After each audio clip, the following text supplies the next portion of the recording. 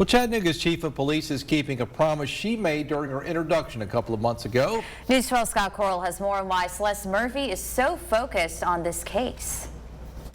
Nearly 8 months after a drive-by shooting killed 2 women on Grove Street, Chattanooga's new police chief, Celeste Murphy, says she is committed to getting justice for the families of the victims. Chief Murphy held a press conference near the site of the shooting, saying this incident was one of the first things she read about upon getting the job, and it is her #1 priority.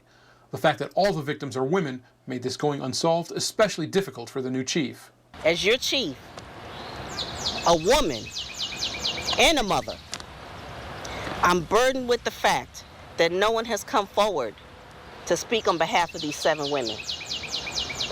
So I'm asking you today to speak up, to stand up, to rise up for these women and send a powerful message. While police have a person of interest in mind, one thing officers are not focused on is why this happened. When it comes to motive or what things are related to, oftentimes we don't know.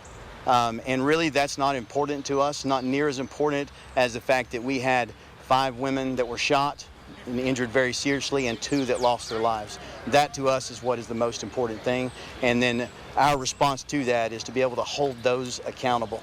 To do that, Chattanooga police need your help. They're asking anyone with pictures or videos of last September's West Side reunion to send them to police anonymously using the new Atlas One mobile app. One friend of one of the victims says they also need your help to close this case. If you don't consider anybody else, you consider the family of Kaniqua. You consider the 6 children that LaBrisha left behind. And if you don't do it for anybody, find it in your hearts to do it for them. There's also an email address to send any videos and pictures, as well as tips in the case. That email address is homicidetips@chattanooga.gov. On the west side, Scott Coral, News 12 Now.